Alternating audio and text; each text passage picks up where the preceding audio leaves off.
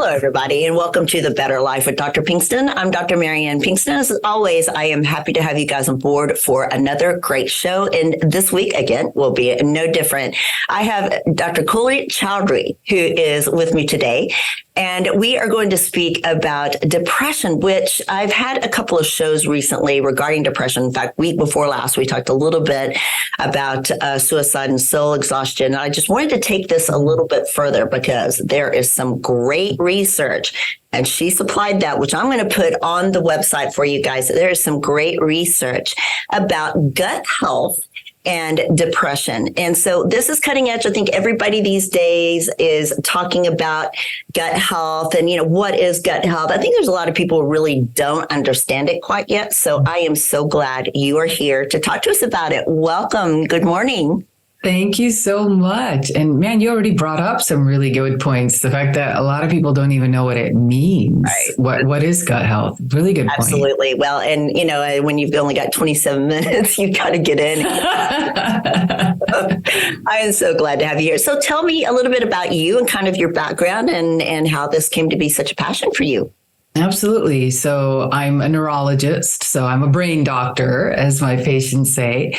And early on in my career, I incorporated the ancient medical tradition from India called Ayurvedic Medicine into my neurology practice because I basically developed debilitating migraine headaches as a young neurologist and could not treat my own headaches for a year. Through trial and error, I suffered through intractable migraine headaches.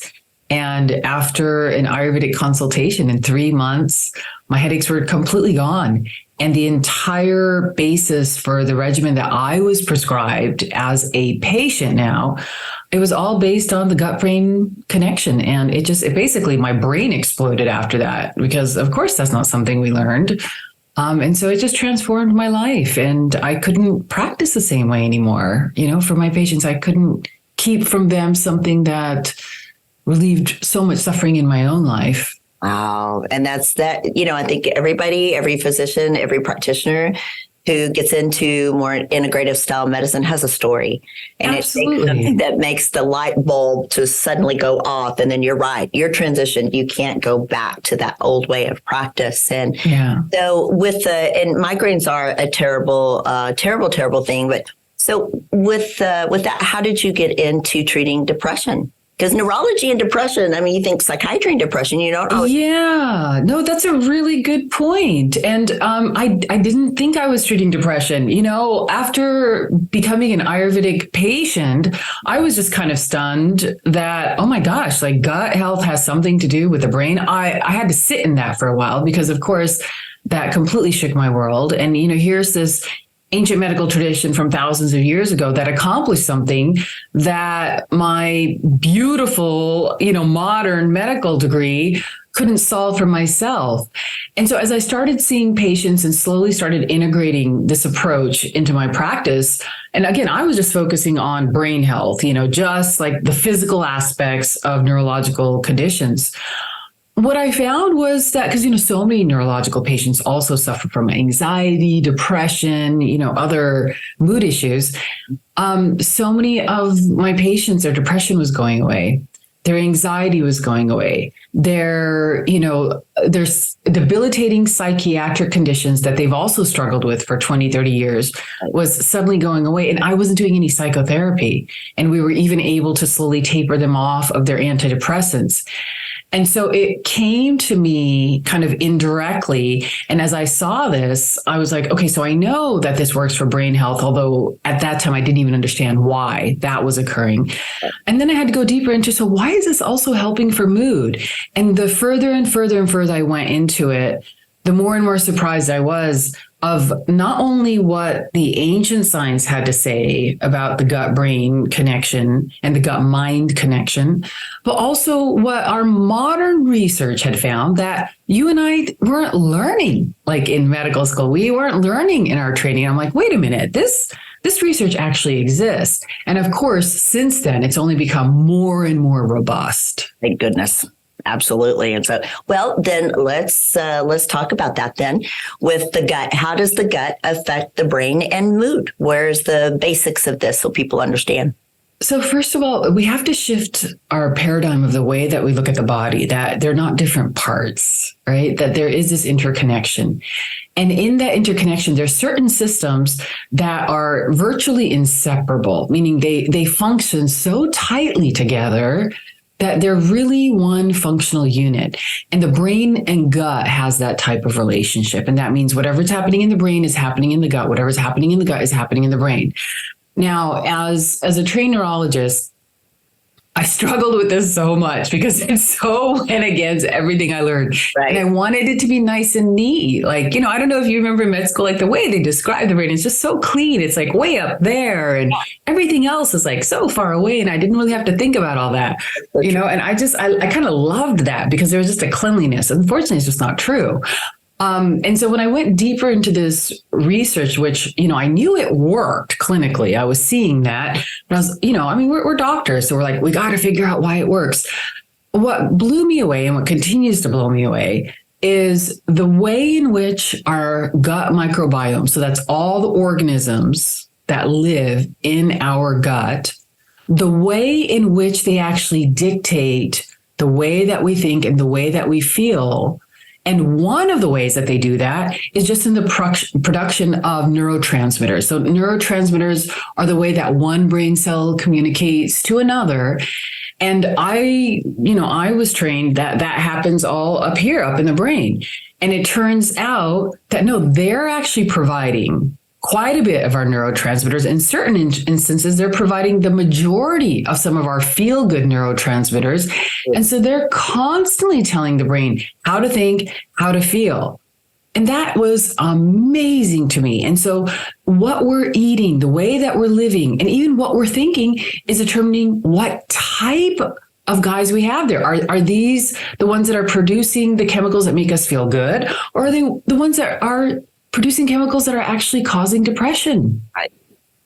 And I always tell my patients that maybe more than that. Actually, I usually say 80% of your neurotransmitters or your serotonin is made by your intestine and providing your brain. So the imbalance of all the bacteria in, overgrowth of yeast or, whatever is going on there, the overgrowth is actually limiting how much brain chemistry you're making. And that is why you are feeling the way you're feeling. So we've got to grab that balance back. And so try to, find some way of making it very simple for people because, again, a lot of people I know in South Texas with all the Mexican food that we eat and, the fiestas and the partying and things like that. This is a really difficult problem here in South Texas for patients to understand that you are affecting the bacterial growth in your intestine, therefore affecting, like you say, how you think and how you feel. And, medical school was 50-year-old medicine. That was something that at least 50, if not older, seriously. So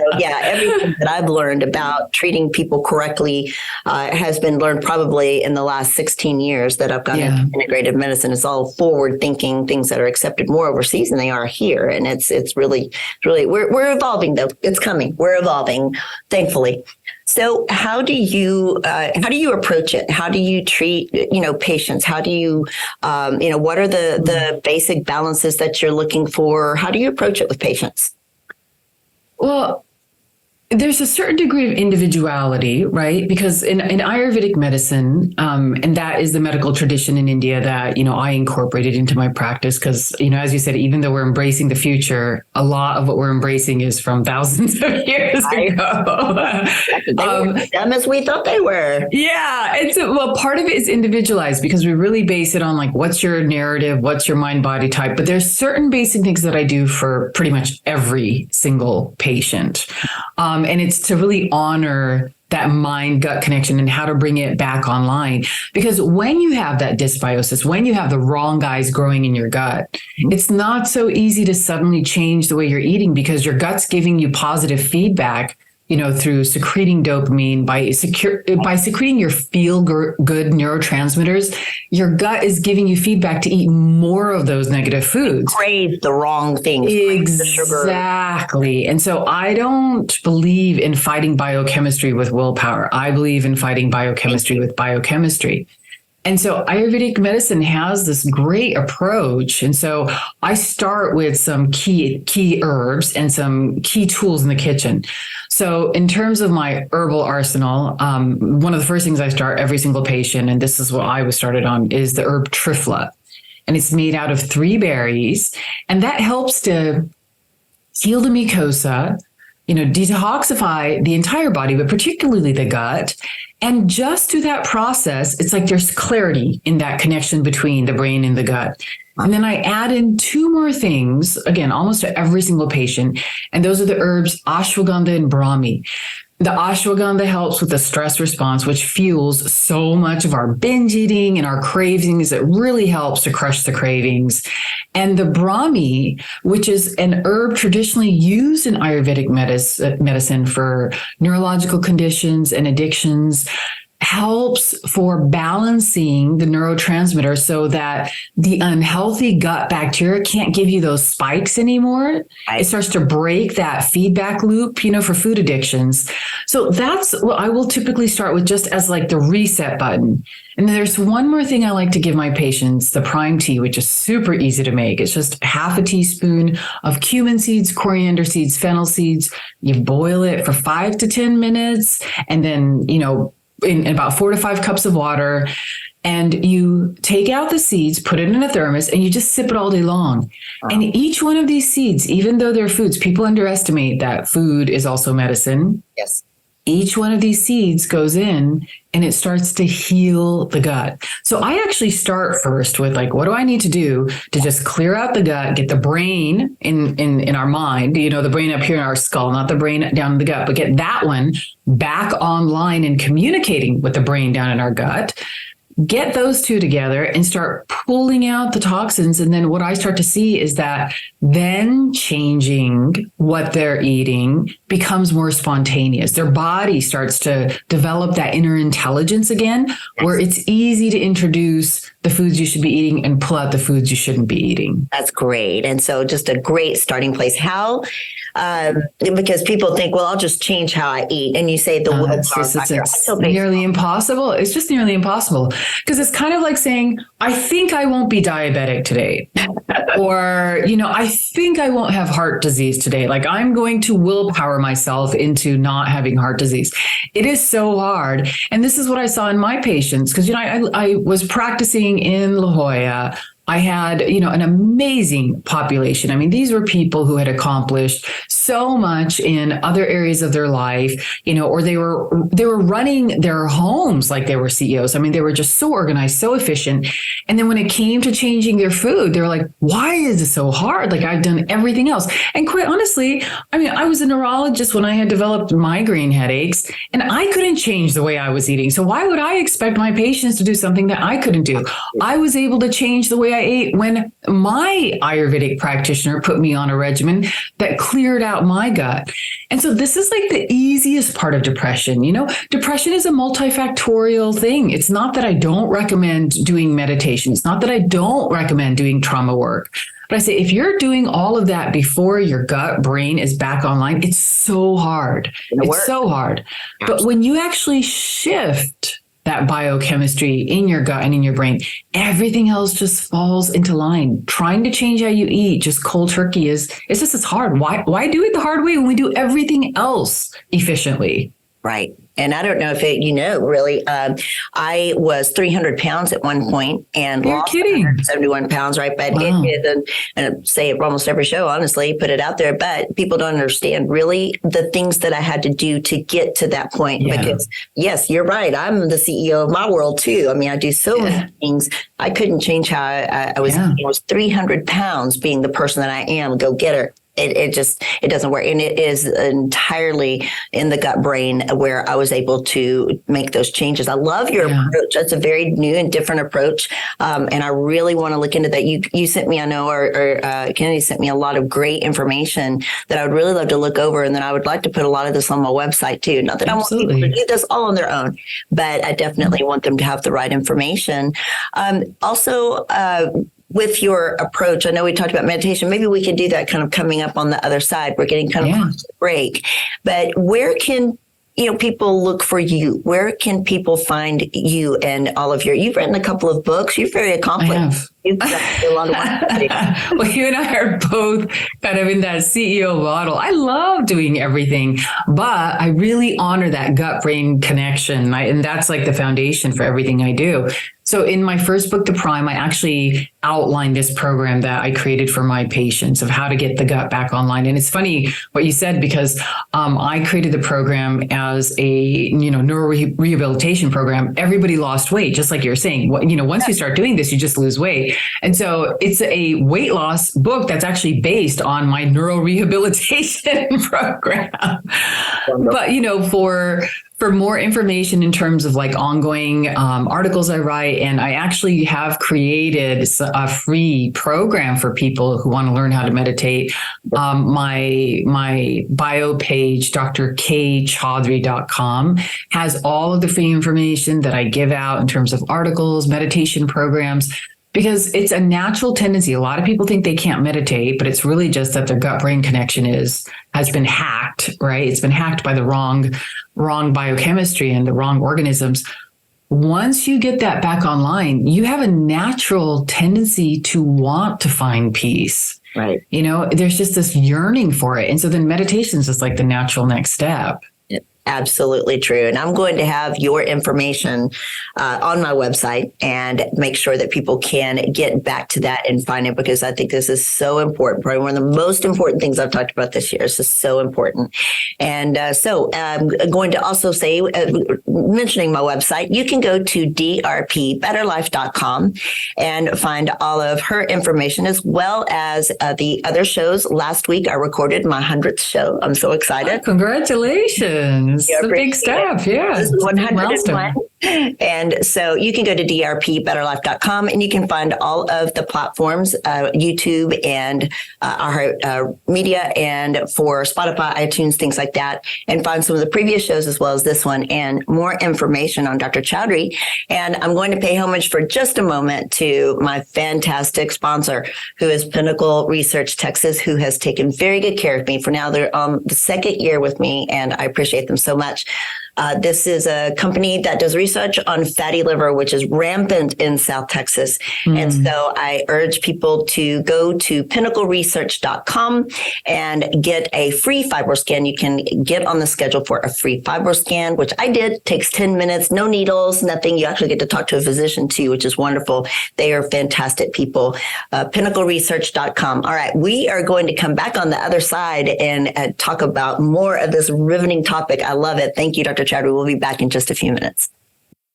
Fatty liver is linked to two different situations, alcohol and diabetes, or obesity. In both cases, patients can have no symptoms. In the United States, and in particular, Texas, the most common cause of liver disease in general is non-alcoholic fatty liver. Again, associated with overweight, obesity, and/or diabetes. Additional risk factors include high cholesterol, high blood pressure, Hispanic ethnicity, and postmenopausal status. At Pinnacle Clinical Research, we offer a quick, non-invasive ultrasound-based screening assessment called FibroScan. This test is done at no cost to you, and we do not take insurance. The test will measure the fat and stiffness in your liver and stage your risk and development of fatty liver disease. You will meet with a provider immediately following your scan to go over your results. If you're interested in getting more information on your liver health, please call 210-982-0320 and schedule your FibroScan today. We are conveniently located in the Medical Center at 5109 Medical Drive.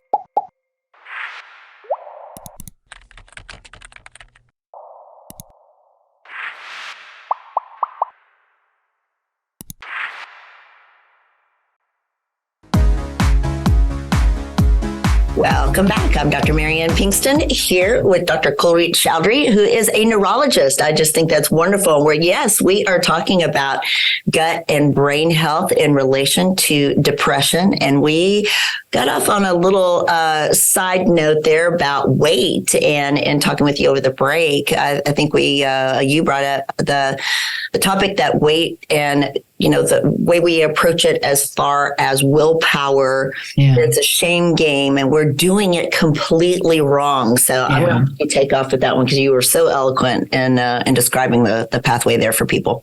It was really one of the most heartbreaking things when I started to understand the biochemistry of this, of how much people looked at weight as something that they personally were responsible for, not looking at the way the food industry has changed, not looking at the way that advertising has changed. Like, food, when it's created to be addictive, is a drug, and it'd be like us advertising heroin all over the place and then expecting people to be like, oh, I don't know why I'm addicted on this. But it's a biochemistry game. It's not a willpower game. And when you think, things like mood and weight are just based on your willpower to feel better or eat better, it creates this cage of shame. And that is, I think, way worse than anything that happens to you physically, is the shame that it creates. It just pushes you down as a human being. And so part of the reason why I'm so passionate about teaching this is you get out of that shame cage and you realize, like, oh, I have control over this. And, even though I'm responsible for getting out of this, it wasn't my fault, in the sense that this has been done to us. Like, the food industry knows this. There's an entire food science on the pleasure point, of how to get people addicted to certain foods. So it's not your fault, but it's still your responsibility. Meaning, okay, you got here not consciously, but this is your body, this is your life, but you don't have to feel ashamed of how you got here. And you don't have to feel ashamed of how hard it is, because it is just purely based on biochemistry. And once you get that, biochemistry resolves biochemistry.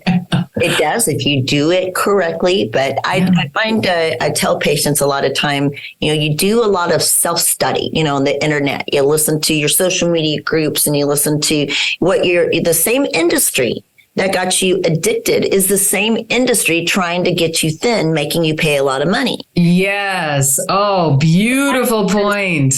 Beautiful point. So why listen to the same industry that's also because they're really not trying to help you. They're trying to pull you back. No, it's a business. Stop.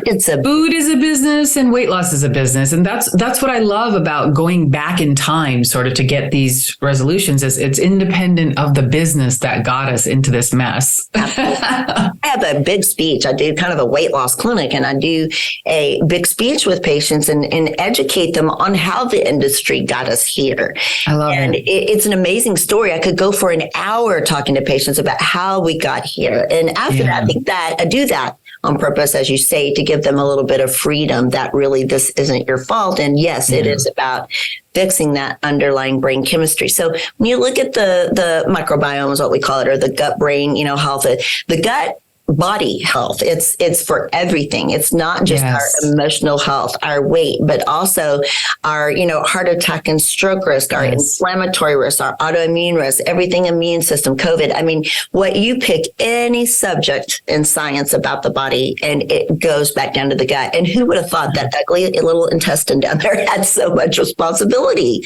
Well, that's the thing, is that when you look at these systems in the past, they knew exactly that. And so, they did. It started out as a neurologist, but because Ayurveda focuses so much on gut health, it's the first and major step towards health.